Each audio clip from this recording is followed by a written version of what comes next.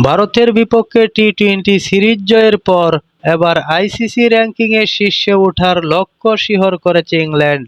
চতুর্থ টি-টোয়েন্টিতে ২০ বলে ৯ উইকেটের দাপটে জয়ে ৫ ম্যাচ সিরিজে ৩-০ ব্যবধানে এগিয়ে গেছে স্বাগতিকরা। ম্যাচটিতে মাত্র ৩৫ বলে অপরাজিত ৭৯ রানের বিধ্বংসী ইনিংস খেলেন অধিনায়ক হ্যারি রক।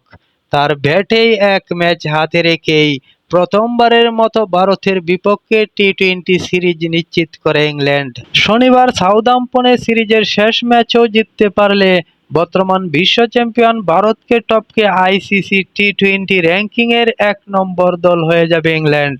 আর সেই লক্ষ্য নিয়েই মাঠে নামতে চান রক বলেন, বিশ্বের ১ নম্বর টি-টোয়েন্টি র্যাঙ্কিং দল হওয়া এবং একই দিনে ইংল্যান্ডের ফুটবল দলের সেমিফাইনালে ওঠা এটা দারুণ ব্যাপার হবে। আমরা অবশ্যই ফুটবল ম্যাচটির দিকেও নজর রাখব এবং খেলা দেখব।